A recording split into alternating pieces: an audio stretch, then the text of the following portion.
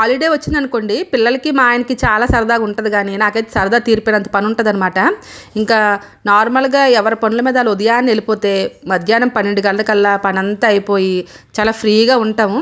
అదే కానీ ఇంట్లో ఉన్నారనుకోండి ఇంక ఒకదానిపైన ఒకటి పని ఉంటూనే ఉంటుంది, ఎంత చేసినా పని ఉంటుంది అనమాట. దానికి తోడు నెమ్మదిగా లేవడం, నెమ్మదిగా పనులు చేయడం, ముచ్చట్లాడుతూ చేయడం కదా, ఇంకా రోజంతా చాలా పని చేసినంత ఫీలింగ్లో ఉంటాం అనమాట. ఇంక ఈరోజు లంచ్లోకి అయితే నేను మిరియాల రసం చేశాను, అలానే రాగి జావ అంబలి అంటాం కదా అది, కొంచెం చికెన్ కర్రీ, ఇంకా చికెన్ బ్లాక్ రోస్ట్ కొంచెం చేశాను, అలాగే రైస్ అనమాట. ఇంక ఇవన్నీ చేసిన తర్వాత కిచెన్ అంతా ఎలాగుందో ఒకసారి చూడండి. ఇంకోండి సింక్ నిండా సామాన్లు ఉన్నాయన్నమాట.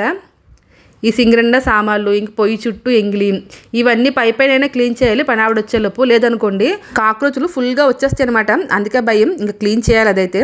ఇంకా మధ్యాహ్నం లంచ్ కోసం అయితే వాటర్తో సహా అన్నీ రెడీగా పెట్టాను, ఇంక వాళ్ళు వచ్చి తినడం ఒక్కటే బ్యాలెన్స్ అనమాట. ఇంక ఈరోజు లంచ్ అయితే ఇలా అయింది. Thanks for watching.